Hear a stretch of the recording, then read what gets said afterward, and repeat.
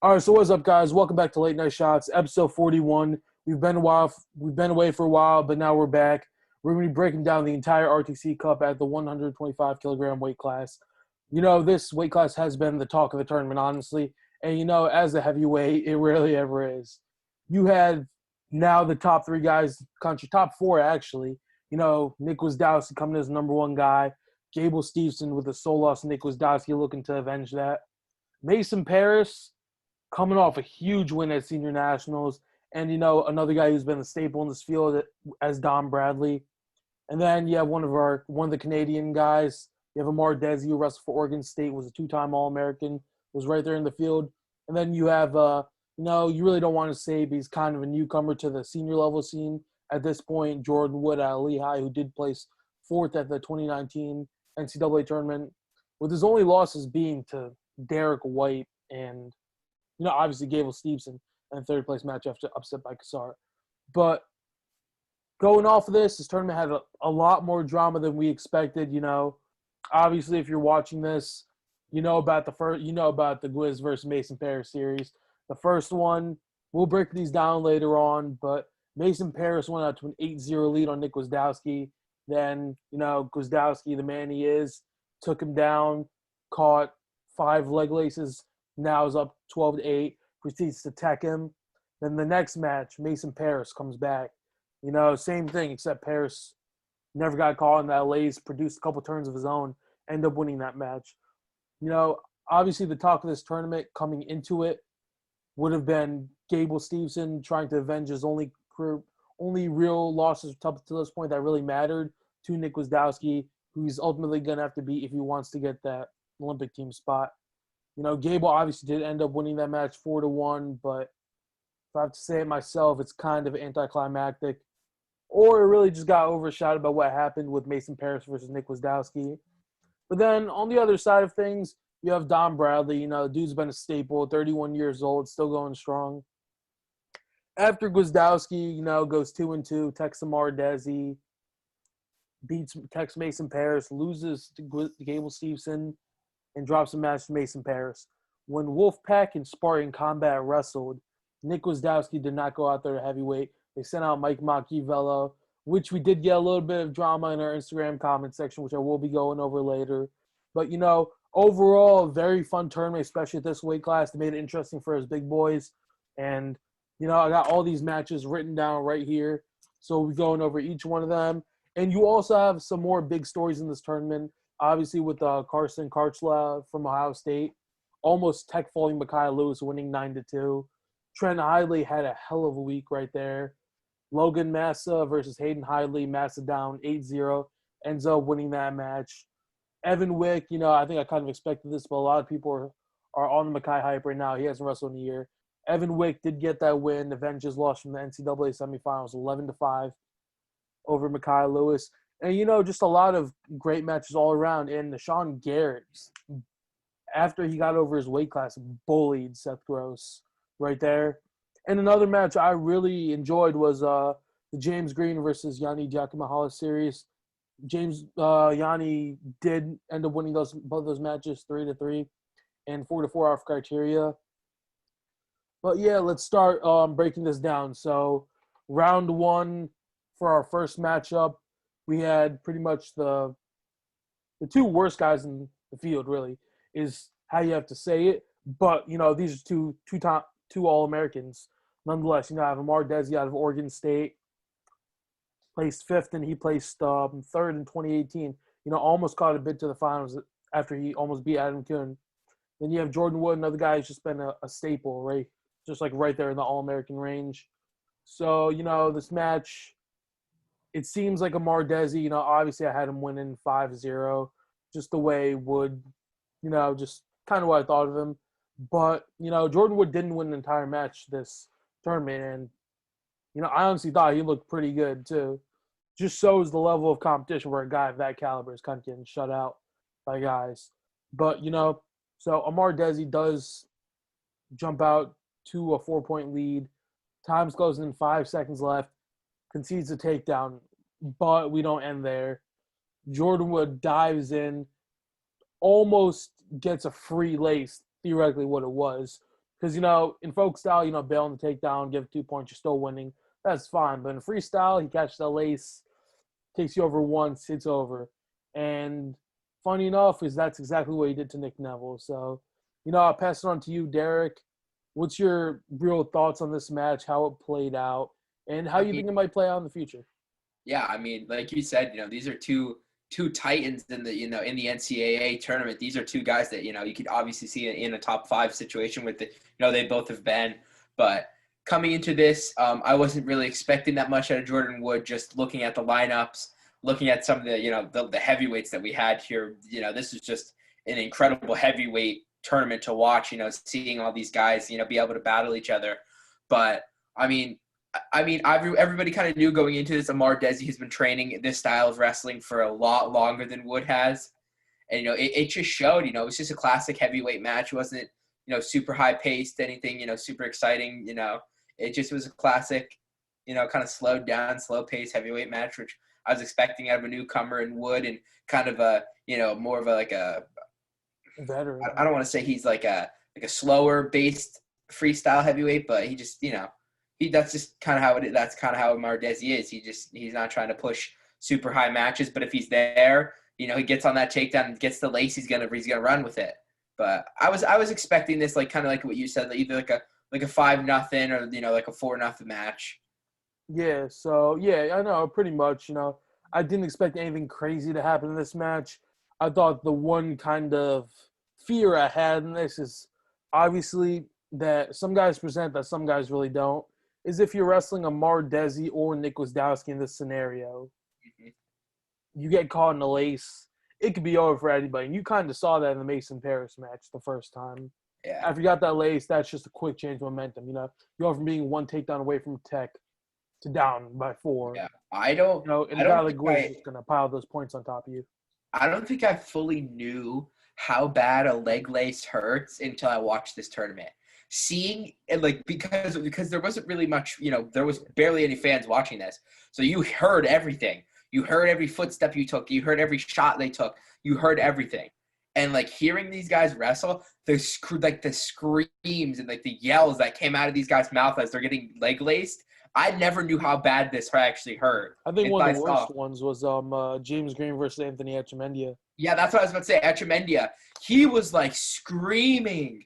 But also, I think you got to realize there's James Green's the guy who's done that over and over again.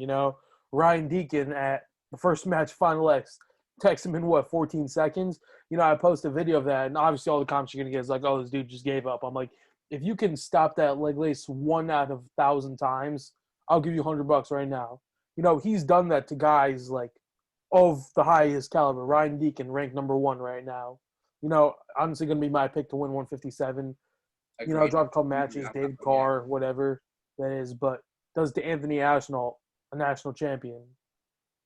And to Anthony Echemendia, a guy who probably had him outweighed, outsized by a little bit. But, obviously Green cut him down.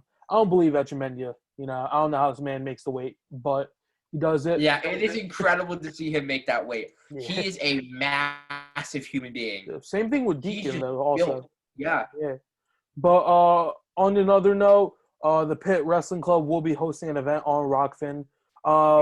I think the feature matchup, at least for us, I don't really care what the normal feature matchup is, but they do have Jordan Wood out of Lehigh will be wrestling Demetrius Thomas from Pitt. Demetrius Thomas was the 17th, the last national tournament, and he did have a 10-6 win over Jordan Wood at the duel, which was at Lehigh. I'm going to say my picks right here.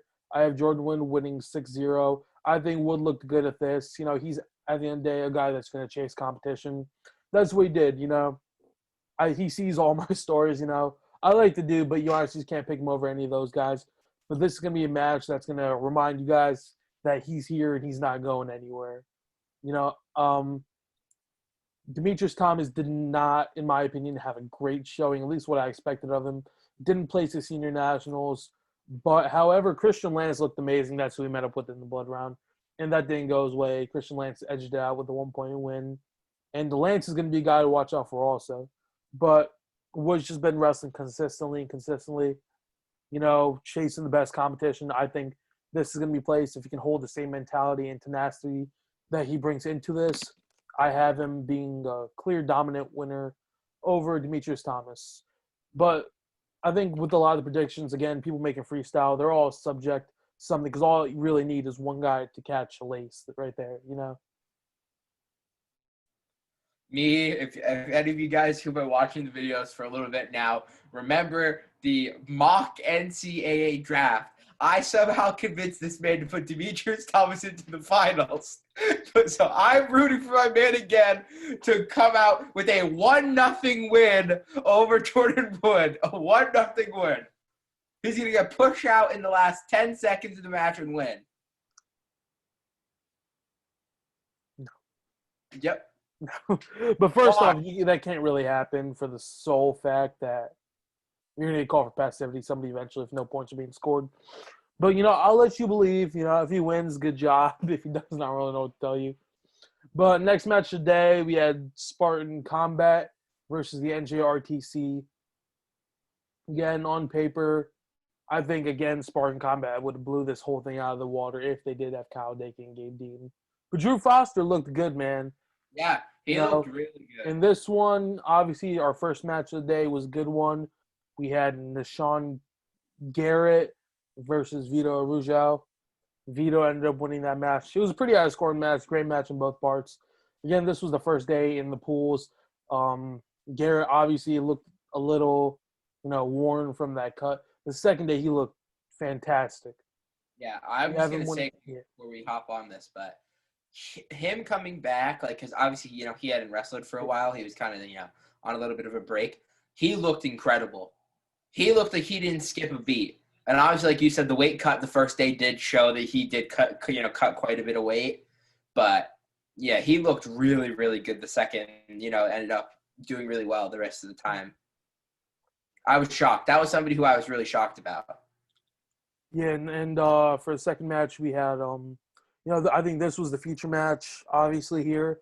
Yanni Diakomihalis, the second best guy in the country right now. Right below Zane Rutherford, where he lost the second match, whatever it was, the Final X at Wilkes University. Honestly, I was there live. At the end of the day, I was there live. I watched it online, but, that's cool, too. James Green making the cut to 68 kilos, I think it was, with a 3-kilo allowance. But Yanni's a guy that, it's weird to wrestle him. But the more and more you wrestle him, if you make the right adjustments, you can beat him. Obviously, I'm from Jersey. I'm going to have James Green coming out on top next time. But Yanni knows how to win those close matches, and this is what he did right here. Won the 3-3 on criteria. And going up to 74 kilograms, we will have Makai Lewis versus Jordan Balfour. Balfour, a big I think he's from Canada also, I'm assuming. But Makai kind of just came out. I think he teched him in this one. They're pretty dominant after dropping his first match to Carson Karchula 9-2. He had to come back and make a statement. And, he did it right here. There's nothing more to say about this. But I think, honestly, my favorite match is going to go down to 86 with Nate Jackson and Drew Foster. This match went down to the wire, There's nothing more you can say about that. Jackson's winning 3-2. Foster comes in, steps behind, gets a takedown with time expired, and then dude, I don't even know how to explain this, but Foster's a guy, like Foster, Mike Machiavello, are all guys that are just forgotten national champs. Like, they know how to scrap, and then they're going to be the guys to win those close matches like that. And that's what he did right there. And then we can go into 97. 97 was – am I tripping right now, or was that 97? Oh, okay. This match was but it was Ty Walsh, out of Virginia Tech, wrestles at the NJRTC now, and then you had Jacob Cardenas. But I think the honestly thing is, Cardenas was a stud in high school. Had some back and forth battles with AJ Ferrari in his time. Beat him a couple times. He actually ended up getting the starting spot at Bergen over Ferrari after they transferred, not got kicked out of Blair Academy. But yeah, so Cardenas is a stud. He has a bright future, but he kind of – the size advantage was just it just looked rough for him. I don't really know how to talk about that. That man he is a absolute unit. Yeah. Cardenas is good though. Like that's what I'm saying. Like it just shows like there are levels to this game. Like if you saw Colin Moore versus Jacob Cardenas, that was a 25-second tech. Yeah. Give Cardenas 1 or 2 more years, that could be a winnable match for him. Yeah. Like that, like he's like an AJ Ferrari with technique. Like I don't even know how to explain that, but we'll hop into our heavyweight match, is the one we do want to break down. Again, Dom Bradley. He's like more of like he's an old school heavyweight with new school style. Yeah. That's probably the best way for me to put it to you guys. He's a guy who knows how to win those close matches, and he's going to do it pretty much every time. A 1-point lead for Dom Bradley is like a 10-point lead for Gable Stevenson. The match is over. Mm-hmm. That's the best way. Dom versus Jordan Wood. This kind of just looked like an age-out match right there. Same thing I saw with Dom Bradley at Trent Hoger at Senior Nationals, that third-fourth match. Dom just really, Jordan took 2 shots, got stuffed immediately on both those. Go behind. Grown man strength. Yeah. This grown-ass man strength right there. But, Dom gets a push out, and then he gets another point off of something. I don't remember what it was, but it really didn't look too competitive a match. The score is obviously going to say stuff like that. Getting with a guy who's going to fight and stay there with you like Jordan would. Can't expect to put too many points on him if you're not willing to take too many committed attacks. But at the end of the day, all that really matters at this level are wins and losses. If Dom did push for that tech, I'm pretty sure Spartan Combat did win this, so he really only needed to win. But, depending on the scenario, he might have to go for something else. He might have to do something else right there. Maybe push for the tech if it gives him criteria points over them. But what are your thoughts on this match as a whole? Overly, I really think Jordan Wood performed good. Dom just kind of experience won that match for him. Dom Bradley just showed who Dom Bradley is in this match. He went out there and, like he said many, many times, showed him his grown-ass man strength. Like you said, Jordan Wood took those 2 shots, and he just absolutely buried him when he did that. And, I mean, that just kind of shows where the level is at. And I think, like we've been saying about a couple other guys talking through this tournament so far, give Jordan Wood another year or 2 and, give him some good training partners. And I think, you could definitely see him have some really good improvements and really start, making a freestyle career. But right now, I mean, Dom Bradley's a top 3, top 4 competitor right now. There's no way I don't think in any situation he's dropping a match to Jordan Wood. Going into guys again, like down Jordan Wood. He was Gable Stevenson's match, who was number 1. Like he's no slouch out of Boyertown, Pennsylvania. Yeah, Pennsylvania. Russell the NJRTC because I don't think Penn State really had a team.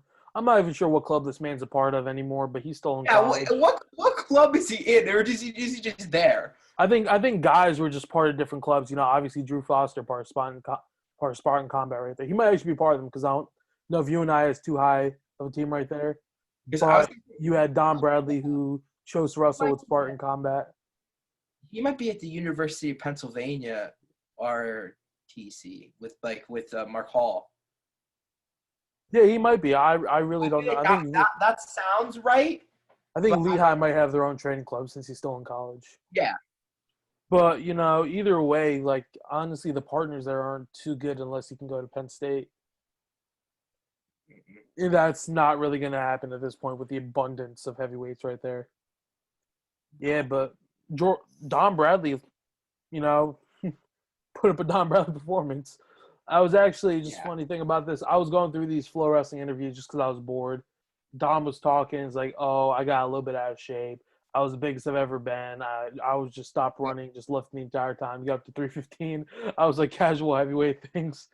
But, Dom, he's a guy, like he said himself, he's just in to have fun at this point. Obviously it would be great for him to cap it out with an Olympic spot and make a run, Everybody, like, that's what these guys are working to achieve for, Again, I really don't think anybody that makes it out of the United States is going top 3. As the rankings stand right now, obviously, because you could very well see Gable Stevenson, Mason Parrish go up, knock off Tahoe goal. Like, it could happen. But the chances of that are pretty much not against them. Best way for me to put it. But, yeah, Dom's just guy getting in this to have fun. Gable, not the Gable we really know, just kind of all business in this one. It's kind of anticlimactic, but, Good for him. He won the match. Gwizdowski, again, a guy looks solid, but it just kind of looked like just not the Gwizdowski I've seen before. Yeah, It no, I looks mean, like he could have put up better shots, Obviously, you might be rushing yourself a little bit. But if you look at that Gable match, Gwizdowski could have had a 4, got called out of bounds. That would have meant the match right there, obviously. 4-4 criteria, that's a win for him. yeah. Criteria is how the matches have been before. Gable gets a takedown off a seatbelt wizard position.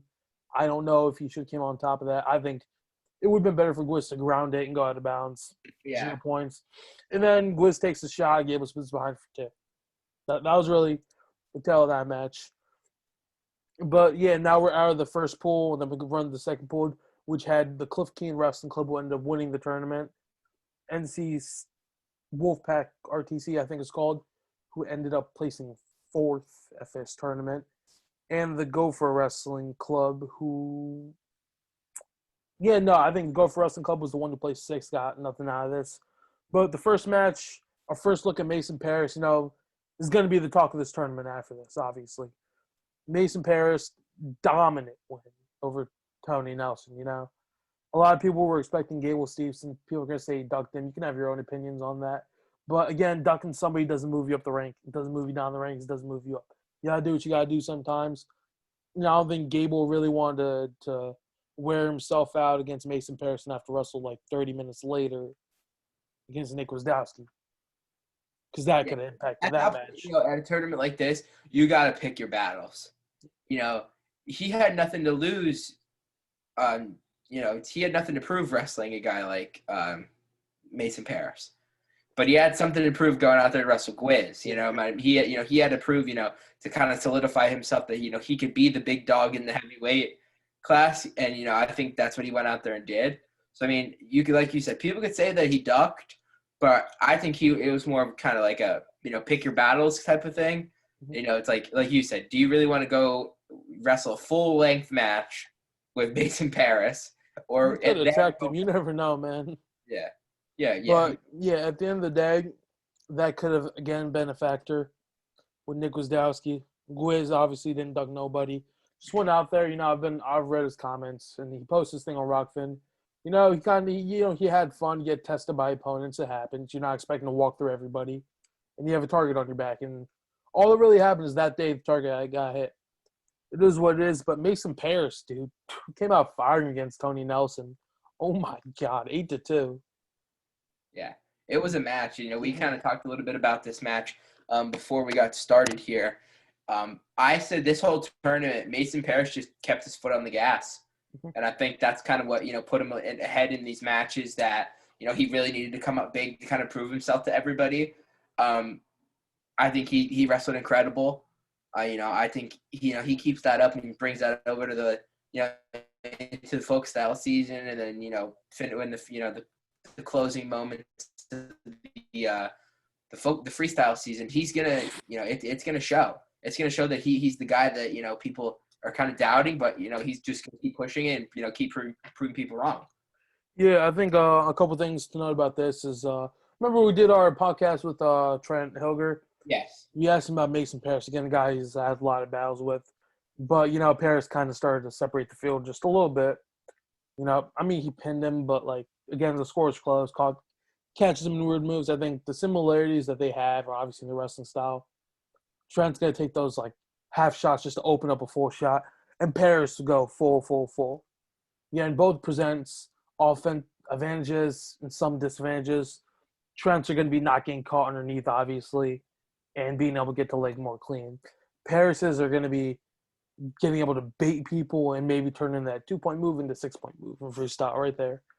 But against Gable, Parris's style is always going to be more beneficial, right? Because, if he takes full shots, gets it on the leg, is able to trap it and stalemate it. That's 0 points. Again, quoting Trent, he said, he takes a lot of shots. Not all of them are good shots. But if he does connect on them, that's where it starts to get dangerous. And against Gwizdowski, he started to connect on them. And, it was something else there. Yeah. It was it was crazy. This whole thing. I saw Mason Paris and I was like, okay, he could either have a really really good, really really good weekend or a really bad weekend. This could either go two ways for him, and I feel like he proved everybody wrong. I mean, I don't think he's ever wrestled better in his whole career. Yeah. Obviously I was talking again. I took that into account. His shots completion rate, ratio, like what it looked like and all like that. I thought Gwizdowski was a guy who's just gonna expose that really quickly. Same with Gable. I thought Dom would just straight squash him. That's what Dom does. There's nothing really special about there. I'm gonna pick Dom over Paris any day. Just I'm a big fan of Dom. We already know that. But unbiased wise, We do Paris agree is gonna have the Bob advantage. Bradley. Yes, we Completely, do like Bob. completely unbiased though. Paris is gonna have the advantage. But again, Floor Wrestling put out this post. What's your heavyweight rankings look like? You see a lot of stupid comments. It's like it's not that complicated. Gwizdowski's number one, Gable's number two, Paris or Dom are number three. Again, you could make the argument for that because both of them have beaten Gwizdowski, but Dom has beaten Gable in the And past, though. But if you look at no comment number 4 on everyone's list was indeed Austin DeSanto. take it. But dude, your audio is cutting out. I have no idea what the hell you're saying. Is it? Are we good? Are we Nah, back? you're chilling. But yeah, again, like some dude put Tanner Hall as number 5. I was like, what the fuck? Yeah, I saw that. I was like, Tanner Hall? I was like, what is he doing right now? Don Bradley's undoubtedly in the top 4. Then I think I'm gonna have to put Tony Nelson at number 5 because obviously Amar Desi doesn't wrestle in the U.S. And Kirk will have to go at number 6. Obviously, he has a win over Neville's right there. Would be around 8 or 9. I don't know who else is really in that. I think Neville's. I don't know if Neville's beat Tony Cassiope or not, but I'm assuming he does. You have to give him the benefit of the doubt right there. Yusuf Hamida, he's beaten. Adam Kuhn's pretty much negligible in the situation when he's going to go to Greco straight away. Obviously, for the Olympic trials, can't wrestle both. But yeah, no, the ratings are kind of weird. So I think Kirkley is going to have to fit at the number 6 spot unless he can avenge that loss. Yeah, I mean, we see him wrestle Tony Nelson. I mean, not Tony Nelson. Sorry, we see him wrestle Gwiz at this upcoming event. We could see, some fireworks come out of him. I hate to be this guy, but I think Gwiz is kind of going to expose him here, just for the sole fact that they both have pretty similar wrestling styles. Mm-hmm. Yeah, that's to an extent. Kirk loves to just hit that snap down. He's behind you like that. Like, that's insane to see.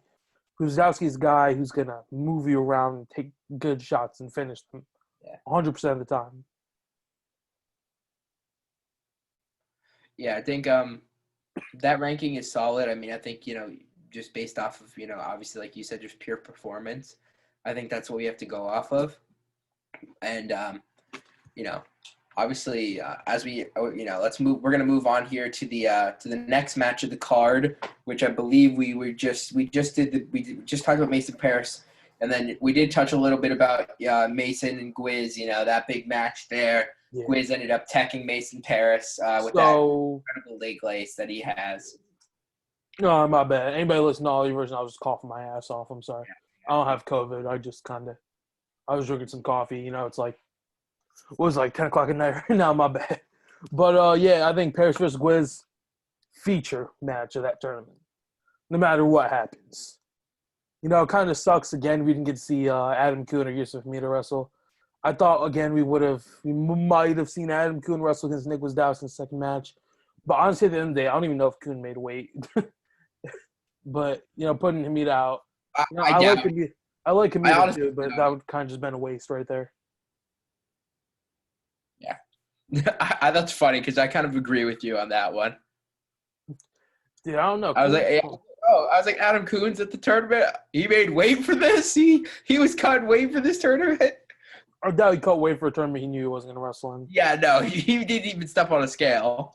It didn't even look like him or Hamida had singlets on. They were just there. It was like, hey, we'll take some of the prize money too. I'm like, all right. But yeah, so this match was probably my favorite. I was like, after this, I'm like, do you know who the fuck Nick Gwizdowski is? dude, and then he loses the next day. Come on, man.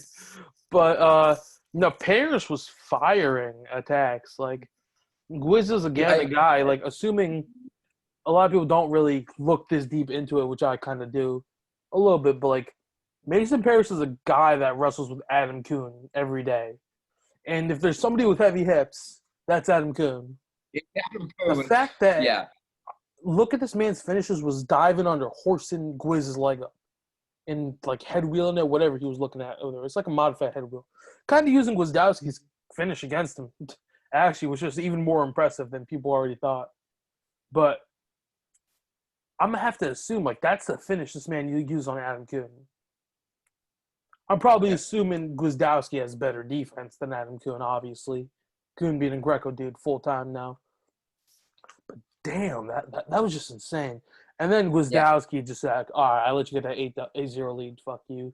We're taking one shot. We're getting one re-attack hit. We're going to let you think you have this takedown. And I know damn well you haven't wrestled freestyle against any of the best guys in the world. Leg lacing, you're going for a ride. Take some 5 more times. He went for a ride into the next day. Yeah, this man just went. Dude, he got lucky that ended up out of bounds. Yeah. And after he was going to go up. You know, Gwiz made some very good adjustments in the match. You know, obviously, circling right's going to cause you right and go into Paris' shot and dump, which is 2 things that you don't want to get into either way, right? Dump being more important. But yeah, the dump.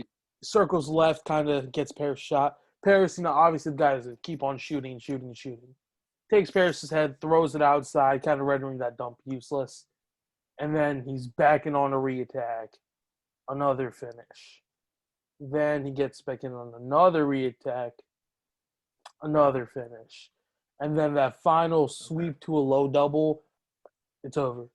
You know, obviously Gwiz, I don't think he was very happy with that performance. I don't think anybody would have won. But it made for some good commentary.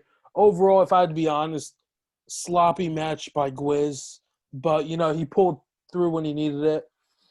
But also going based on the fact that Paris did beat him next time. Not the greatest showing by Mason Paris either. But Gwiz used his experience, kept his composure, and capitalized where he needed to win the match. Yeah, I agree 100%. I mean, I think that he really just went out there and just showed him who Nick Gwizdowski is. And, you know, that kind of set him up for this next match. You know, he came in with a huge tech fall coming into this next match that we're about to talk about. And I think, you know, obviously, you know, adding that extra factor that Gable stopped that momentum and just shut him down even adds to another point of, you know, he just came off a huge tech fall over Mason Paris, coming into this match hot. And then all of a sudden, Gable does what he does best and shut that match down. Yeah. So here we have the feature match. We've gone to this, you know. I don't think anybody really even cares about this match anymore, which is the crazy part. Gable Stevenson versus Nick Gwizdowski. Match, you know, final X. Gwizdowski winning 3-3, 4-4 off criteria both times. You know, we're expecting a good one here. A lot of people were talking about Gable teching him. Like, that's honestly just not realistic at this level of guys. No. You know, especially both freestyle guys who've wrestled freestyle. Paris may have been the only exception, you know, obviously a younger, not even younger. He's just like a less developed freestyle wrestler than he is folk style. And, you know, he was a dual sport athlete. I don't think Gwizdowski or Gable were either. That plays a factor, obviously. But no excuses. So we'll run to this match. Gable does get a takedown. You know, runs Gwizdowski out of bounds out of an underhook. Gwiz tries to ground it and take it out of bounds. Or maybe just like whip him over and get the one on a push out. Gable tosses it over, gets the takedown. You know, I don't really think any much of it. At the end of the day, I think, you know, positional awareness kind of won Gable that match and kind of got inside Gwiz's head. I think Gwiz kind of looked like he was like, oh, this guy took it to Paris, you know, obviously. And I'm in the situation where I'm down, not really. But, you know, again, Gwiz kept his composure, got him out of bounds. Gable's in the quad pod. Now, that was even more impressive to me out of anything this entire match. Yeah. Gable Stevenson being able to chill in a quad pad without breaking down to a knee against Hmm. Nick Gwizdowski. Keep in mind, obviously, Gwiz is not going to go for that 4 in the middle. Yeah. That's No. that's going to be an edge move because worst Yeah. case, Gable sits out, gets her on top. That could be game over right there. But Gwiz went for that. Obviously got called out of bounds. I'm gonna have my mixed opinions on that, but he didn't have any continuation. Really, he's kind of already at the edge, so he gets his one there. Gwiz is kind of the guy on the attack right now. Gable's kind of just playing it smart. Said it before, this all go, 100% focus. Gwiz takes in the shot. Gable stuffs the head, gets the ankle. Gable's a guy who I don't know if you can compare this to Frank Chamizo, but like he doesn't use his hips as defense Yeah. Yeah. unless you get it on the shot and he just plops on, because that's all he has to do because he's just that good. Yeah. He doesn't use his hips on defense. His hips up in the air. He uses hips once to push away and then grip that ankle and just the foot speed this man possesses is just something else right there. But otherwise, unless you really break it down and look at it, you can't really appreciate what there is because again, there was nothing flashy, nothing really crazy. And that's just what a high level match is. Yeah. You Yeah. I could was have about to. two of the best Greco guys in the world going at it, Yeah. or you could have a Greco god in the scrub. You're obviously going to watch the scrub match because he's going to suplex him like twice. Yeah. And then you watch the top level match, it's 1-0. And it's like, oh, all right. It was just like you said. It was two gladiators going at each other. This entire match just looked like two men that were out there to win, and it really showed. Just a low scoring match, a hard match for both guys. And obviously, you have Gable coming out on top, kind of giving everyone a little bit of a shocker there. With that type of victory. I mean, Everyone knew it was to an extent. possible. I mean, I think Gable would have Gwiz had to be the favorite going into this match, but yeah, of course, yeah. I also have a couple more things to say. I think the reason Gwizdowski is taking these matches is to prepare himself for the Olympic trials. Oh yeah. Because he could very well duck these guys. He's taking the one seed either way. He doesn't care. But if he wrestles right now, takes these losses, I bet you he's a guy who watches all the film in the world.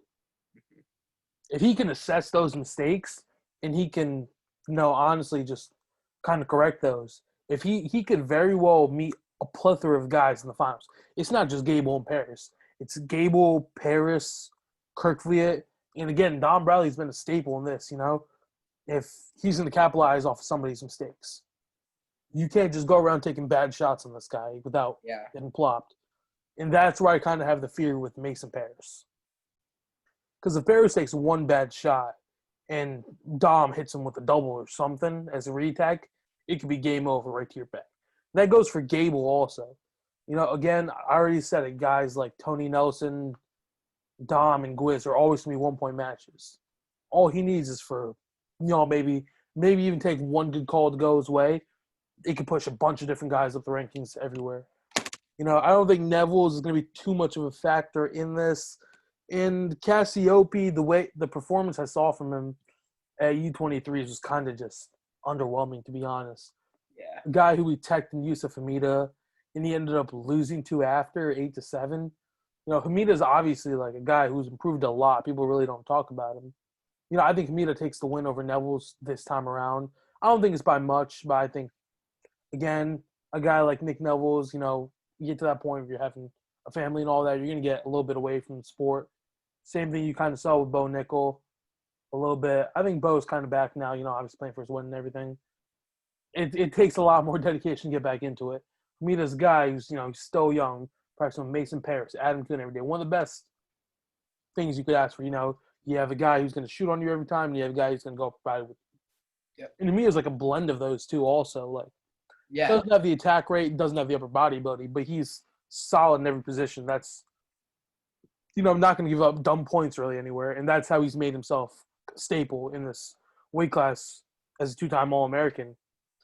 He placed 8th where he lost Nick Neville's in the 7th-8th match. I don't really think he was going to make it there. Yeah, no, I really don't think a lot of people thought he would make it there. Yeah, again, a very kind of the laughing stock of the NCAA is Maryland. He was their lone bright spot right there. Placed 5th the next year. I had him coming in at 7th actually.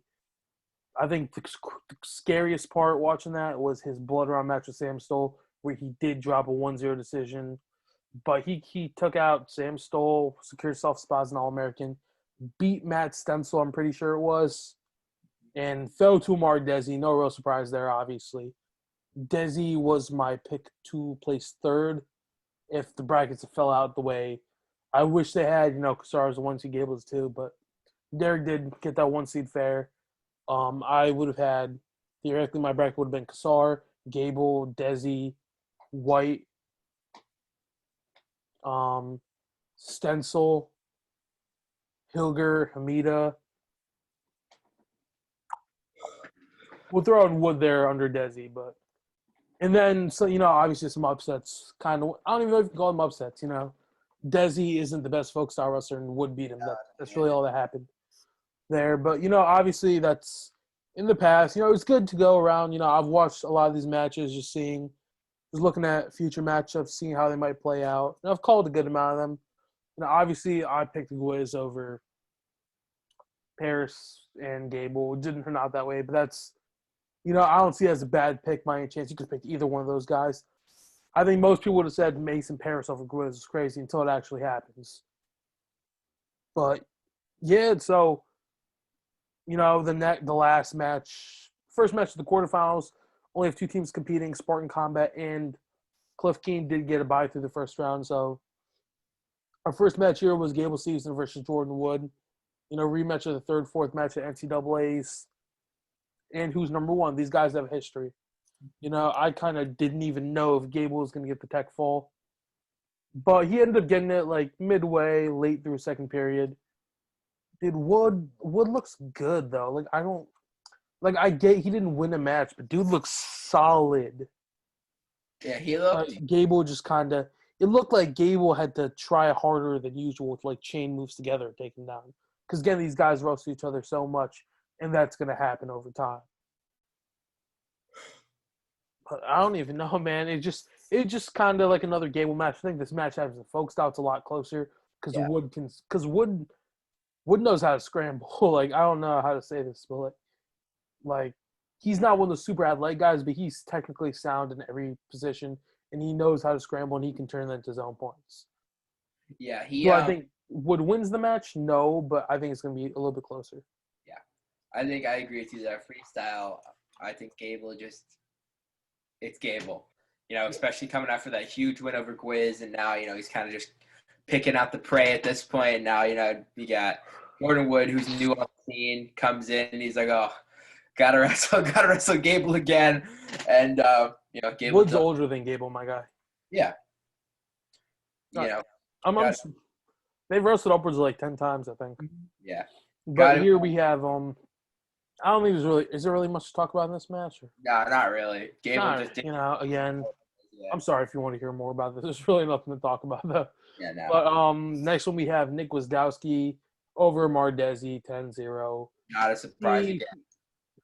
I think it's kind of surprising for the sole fact that these guys have wrestled at the World Cup, things like that. And it's been a competitive match every time. Uh-huh. Not too competitive, 5-2, 5-3, 7-2, I think was the worst discrepancy there. But, dude, when Nick Wisdowski might have one of the deadliest laces nobody talks about. It is incredible. When he locks that thing up, you're going. People don't realize, the equivalent of a heavyweight shooting in high school is the equivalent of a world-class heavyweight hitting a leg lace to that level. Yeah. Obviously you're going to have guys. I think Greco guys, obviously, transition folk style are going to have the nastiest gut wrenches ever. I think a lower weight class is going to be a little bit easier to defend that. But look at the top guys. Taha Ghul, Gino Petriashvili, Kasan Boy, Rakhimov, the guy who pinned Gable in the Junior World Finals. Those are top three guys in the world right now. All have some of the nasty legs. Put Gwizdowski up there, I think I could solidly put him at number 4 without any real backlash right there. Those guys, all leg lace dudes. And then kind of move down the rankings a bit, and you're going to see guys like Don Bradley, big leg lace guy. But again, his body type, his lace release thing, probably not. Tony Nelson, I think, is a bigger of a gut guy. over leg lace just because this dude's fucking massive, you know. He's huge. But if you look at this match, Gwiz called lace, and that was really the deciding factor. I thought this match could have been a bit more competitive. But as soon as he caught that lace, I think he got 6 or 8 points off of that immediately. It was kind of just like one more takedown's over, and Desi was like, yeah. You know, kind of not the best showing for Desi. I think he could have kept that within a 3 or 4 point match if he wrestled to the best. Yeah, nothing really much to talk about here. I think Yeah, no, I feel like this Desi only wrestled. This is just Yeah. So then what's after that? How many matches did Desi wrestle? 3 matches. Okay. Yeah. And then we go to the semis, which we have Cliff King Wrestling Club and Spartan Combat, which are going to be wrestling now.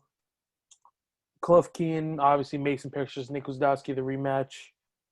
And second one, obviously NJRTC, Nate Jackson did end up getting the tech fall over Drew Foster. And Ty Walls did get the win over Jacob Cardenas and iced the duel immediately. So Don Bradley did forfeit to Jordan Wood.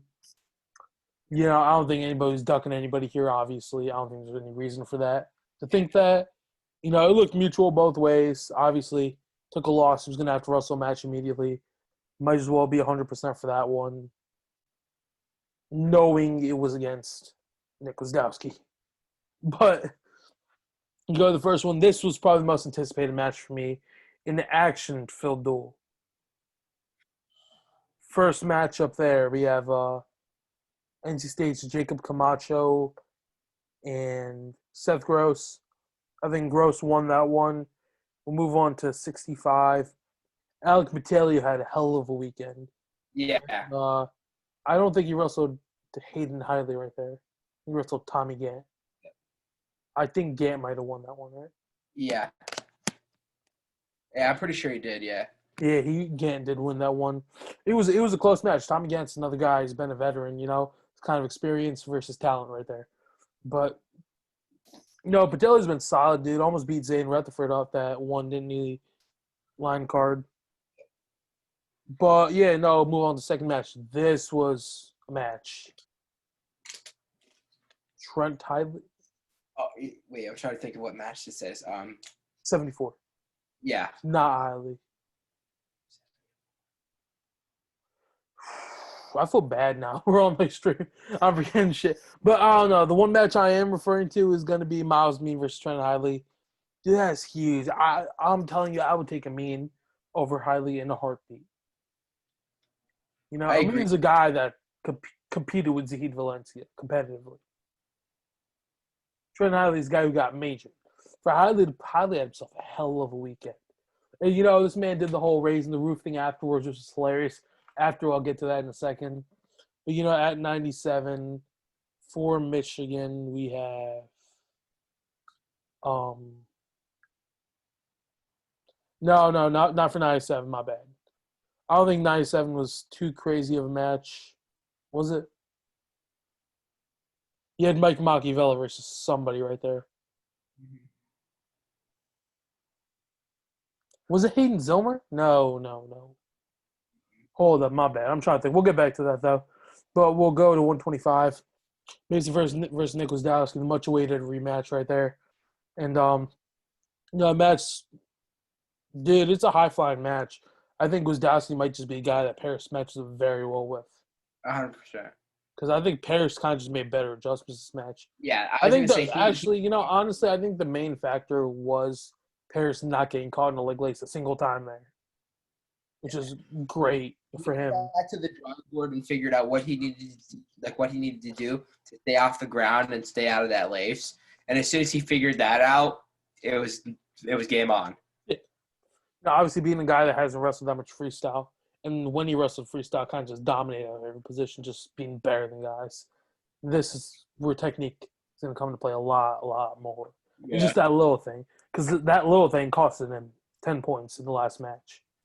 Yeah. But, Mason Paris came out big, and then after the win, taunts Trent Hiley, does the whole raise the roof thing after winning the duel for Cliff Keen, whoever won that match wins the duel right there. So that was huge.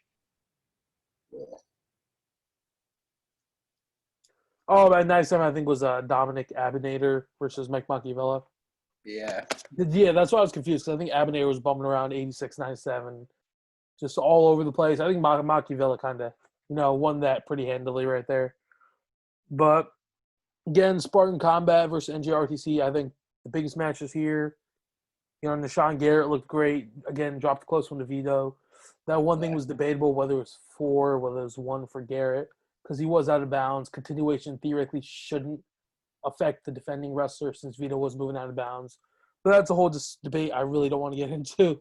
Yanni James Green round 2 happened. I thought James Green was gonna, pull it out slightly this time. I didn't think he was gonna do anything crazy. But Yanni does Yanni things and won this match 4-4 on criteria. Pretty great match all around. We'll go to 74, which was Mekhi Lewis versus Jordan Balfour. Again, pretty much the same story. I think a little bit closer of a match right here. Yeah, nothing much to talk about. Mekhi Lewis, honestly, very underwhelming this tournament. But again, I'm going to give him the benefit of the doubt here because he hasn't competed since last December. That could be a huge thing. But I also think he isn't that as good of a freestyle wrestler as he is folk style. Because, all his wins have pretty much been avenged against him. So that's really what it is. But you move on 86, which is the match of the night. I got NJRTC the upset win over Spartan Combat. Nate Jackson versus Drew Foster. Jackson's been a guy coming back onto the scene. Drew Foster's a guy, nobody ever thought he would make it this far, and he's here. And he's here to stay after that last win. And then obviously he comes out. Statement Jackson, kind of just takes it to him. Gets the 10-0 tech fall, right there. And I think the match of the night after that was, again, Ty Walls over Jacob Cardenas. Cardenas put up a hell of a fight, Again, it's just kind of the age difference right there, which is essentially what won Ty Walls that match. And again, ice the duel. Don Bradley just kind of, why wrestle that other match if you really don't have to and you're wrestling consolation, which is going to make the prize pool obviously go up or down. So I think that was probably the best thing in his situation, just to forfeit that match. And he did what he did there. So before we talk about the finals, which matchup was Cliff Keen Wrestling Club and the NJRTC, obviously. We're good, yeah. All right, my bad. We had some technical errors, guys. We're chilling, though. So we're going to the 5th, 6th place match, which is going to be Ohio RTC. I think what really propelled them to that match was the huge upset with Mike Machiavello knocking off Colin Moore. For a second time, let's add that, though. If you guys know the college match and you comment the score, I will sub to you. To the whole 12 people that watch this, thank you. But Yes. yeah, Amar Desi versus Tony Nelson. I'm be honest, Tony's kind of should have won that match 100%. There's no reason he shouldn't. Tony Nelson was up to a 2-1 lead, had a nice low single on Desi, came out the back, finished it solidly. But he took a shot on a leg kind of late and ended up giving up 2 for a go behind for Desi. Nobody did anything special in this match, honestly, but Tony Nelson did produce the only offensive takedown and kind of threw that match, I think that match, if they wrestled Gable, I don't even think they had to wrestle Gable, which is kind of the thing I'm kind of contemplating saying here. I think either one of them should have won that match. And I don't think there's any debate there. Where they should have or they shouldn't have is where they did or they did. And that caused Go for Wrestling Club to go home, I think, I don't even think they got a prize for 6th place, which kind of sucks. But no prize for 6th. Which is a waste of money and time. I think everything was paid for them to go out there, though. Oh, yeah. But, pretty much that. I think Gable, again, only came to wrestle that match. I think Gable would have 100% beat Amar Desi. But, it is what it is right there. So now we're going to our 3rd, 4th match. Now, this is where we had a lot of shit. So I'm going to go to my Instagram real quick because I think one post I made, and I'll read this 100%. I love how nobody acknowledged that this match went down yesterday between Mike Machiavello and Dom Bradley. My man's Dom took him down in like the first 5 seconds and just proceeded to say "fuck it" and chill for the rest of the match. LMAO, interesting to say the least. But the worst part was, obviously they're going to this match with Spartan Combat and NC State Wolfpack RTC, which was called. It's kind of pissed me off saying that because WRTC in Wisconsin, same thing. But, obviously Dom's expecting Nick Wisdowski, Dom wanted to avenge those losses. Prove that he was back on top. But, again, Gwiz not wrestling the best he has. Knew that a match with Dom Bradley. I'm just going to, pure speculation here, take what I say at face value. Don't take what I say at face value, however I'm supposed to say that. But to me, it seemed like he didn't want that extra bow and just kind of passed it on or just went to forfeit. But Machiavello, I can't really blame him for that. Didn't have the day he wanted, didn't have the tournament he wanted. But, again, it's all a learning experience because the only thing that matters are the Olympic trials and the Olympics. So, if he gets a spot there, he's golden. But, again, Machiavello only dropped a 2-1 loss to Dom Bradley.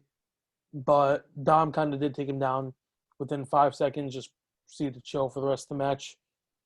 And then Dom tried to, throw him, and Machiavello got to push it. It was something different, Props to Machiavello for taking on the match. But, we're going to scroll down here to my comment section. Let's see what's up with this. Yeah. Dom Bradley wasn't the match I wanted. Get the takedown and chill. Gerard Trice is a guy who's beaten Dom, beaten everybody pretty much in this field.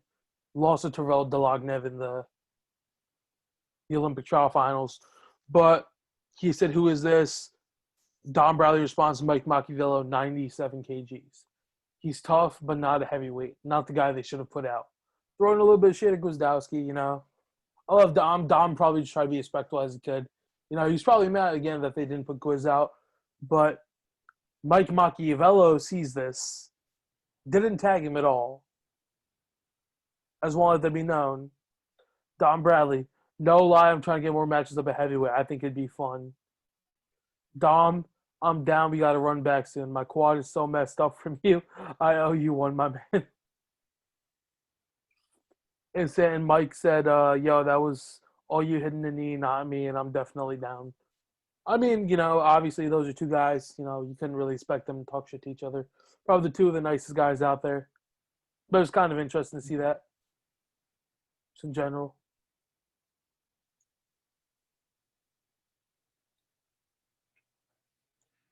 I just think this was an absolute crazy match. I was not expecting it to be that close. I thought Dom Bradley was just going to absolutely blow him out of the water. But obviously, but also you have to, again, consider that Dom kind of just was passive as hell that match and didn't really care. The first takedown he tried to get just a bunch of gut wrenches. He was just trying to go home.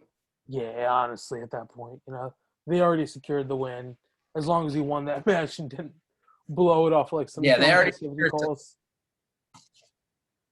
The ref was like, all right, you don't want to be here. I'm not going to make you stay. Let's just end as quick as possible. But, think that leads on. Finals. Dude, your audio is cutting out just a little bit. We good? Focus yourself into the frame. Hello? Focus yourself into the frame. All right, thank you. Now we're good. Let's just speak clearly. Good. Yeah, back.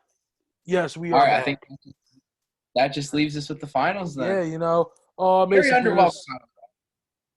It is not. It was a good match, solidly, but obviously Mason Paris versus Jordan Wood, not too good of a matchup. See, I get a lot of people trying to downplay Mason Paris's win over Nick Wisdowski. But if you theoretically do dive into the stats, that is a dude who has never All-American. Yeah, no. Beating a 2-time national champ, 3-time national finalist, and 3-time world team member. And people will really forget that. But if you look at Gable Stevenson, junior world champ, junior world silver medal, pretty much has every accomplishment there is to have at the junior level. Never wrestled U23, has a tech fall over Adam Kuhn, his third at NCAAs, has done pretty much everything there is to have.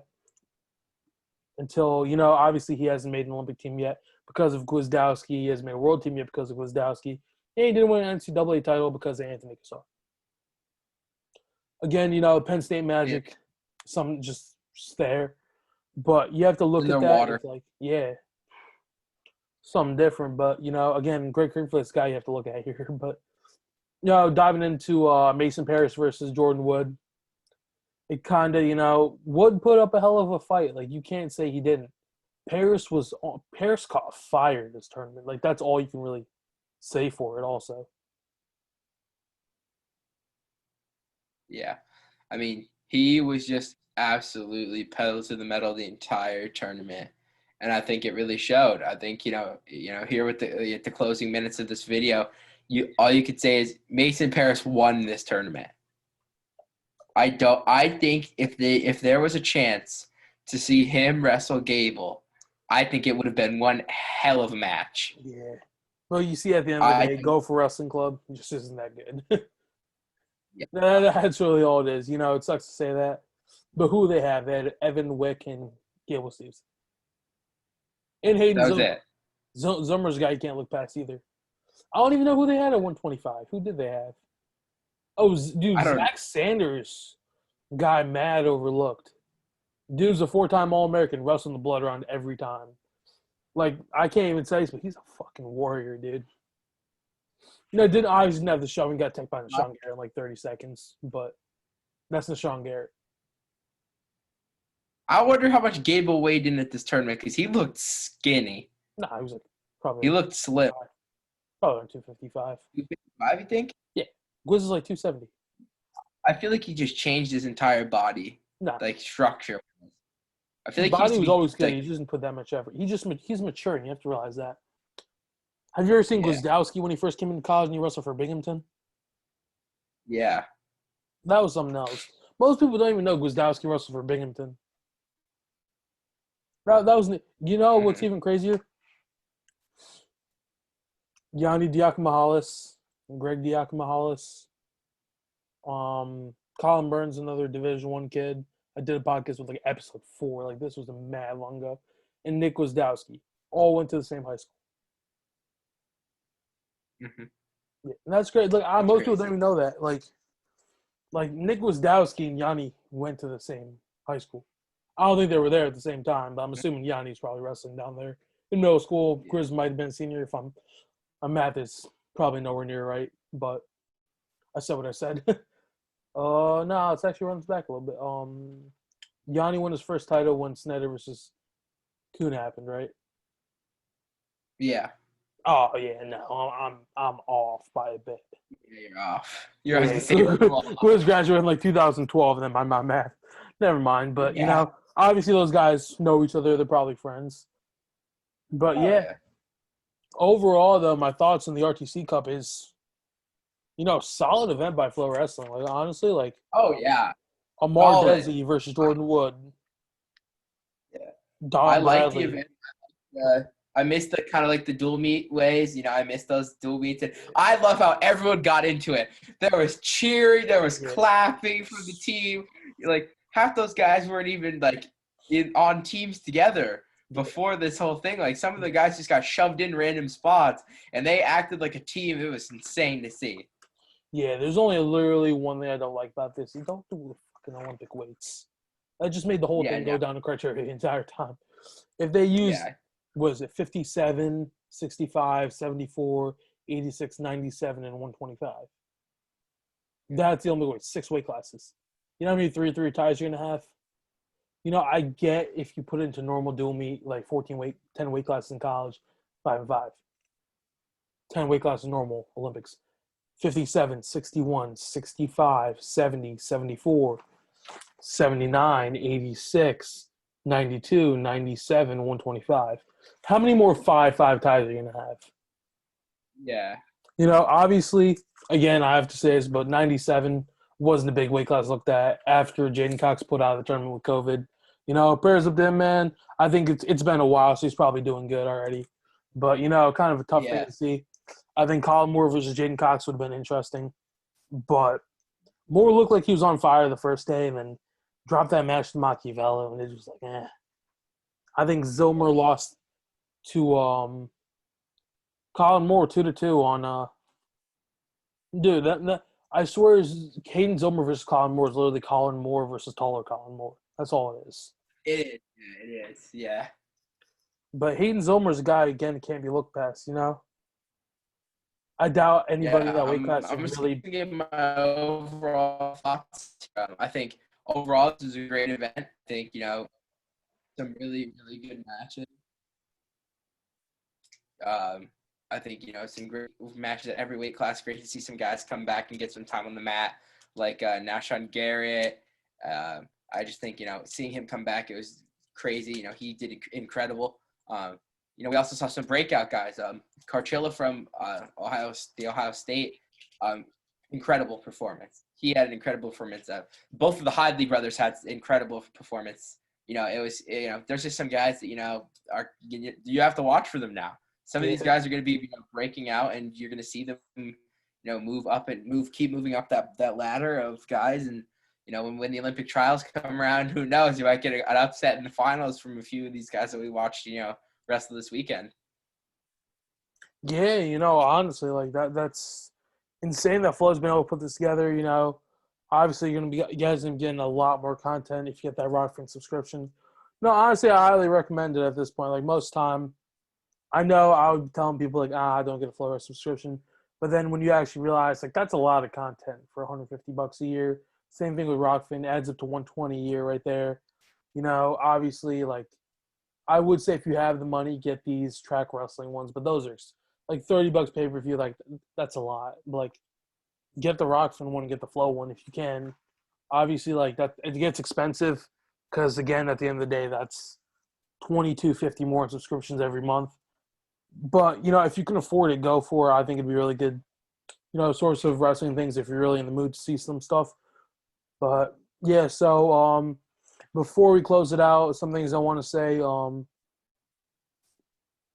link to we dropped merch about a week ago, a month ago, whatever it was, honestly, because my Instagram account got I think messed it's up. I like couldn't post stuff everywhere. Yeah. The link to my merch will be down below. The link to my podcast on Spotify and Apple Podcast will be below. And if you like this episode, subscribe, leave a like, show some love. Trying to get to 1,000 as quick as possible. I'm not going to feed over followers, but that'd be a cool milestone to achieve. And yeah, so today we went over the RTC Cup recap, and we're going to talk.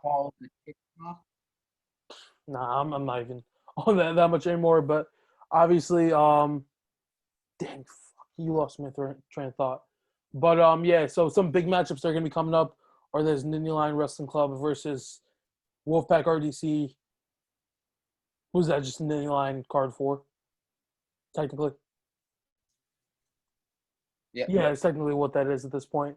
A big matchup that could go down there is Greg Kirkfleur, currently ranked number 6, I would assume, if you take away Kuhn and all that stuff. But he's ranked 6 right now. He could have big upset potential over number 1 Nick Wasdowski right there. And Demetrius Thomas out of Pitt and Jordan Wood out of Lehigh will be going down on Rockfin with the Pitt Wrestling Club on December 22nd. And also, our closing thing, DT versus Jordan Burroughs is happening. It is gonna happen. Yes, it is. What's your pick? And I'm gonna call it now. I think we could also see an Anthony Cassar Gable Stevenson rematch coming up. That's not should happen. I think it could happen. Yeah. As much as I love Penn State, I love Cassar. Gable wins that match. But, obviously, the one of the most, if your guys are going to say something, like, at least have a valid argument to back it up. Like, this man should have commented in my section. Like, oh, Gable's gotten a lot better. I'm like, so is everybody else. That's like saying, oh, one guy gets better, so, like, everybody else just staying the same. We're like, yeah, but I'm not going to rant about that too much. These guys are at Division I colleges with Division I coaches with a room full of guys that are working out just as hard, if not harder, as them. You only could get better. There's no room to get worse. I think Penn State has the best coaching there is, Obviously, you could debate that a little bit with John Smith and Tom Terry Brands, but Kale Sanderson, man, he's proven himself time and time again. Were there two gold medalist coaches right there? Jake Varner and Kale Sanderson. And then I think somebody's Yeah. joining the coaching staff soon too. It'd be very interesting to see what happens. Obviously, and you're obviously gonna have like older Penn State guys around there too. For anything, sorry again, Jimmy Lawson might be around there. Obviously, I talked to Jimmy. He's not going to be there all that, but and then you could have you have older national champs, Kerry McCoy. I'll probably pop in once in a while. You guys see a lot of things, and Kale never really ceases to amaze us with these miracles he puts out. He turned a guy who was a one-time state qualifier, one-time state champ, into a national champion. He can do. He knows how to get stuff done, and especially with a guy who has the work ethic, the confidence, and other things. Obviously that great character that does present. That's going to be huge right there. So I don't know what just happened with Derek, but no, I'll probably just wrap it up myself. So this has been episode 41 of Late Night Shots.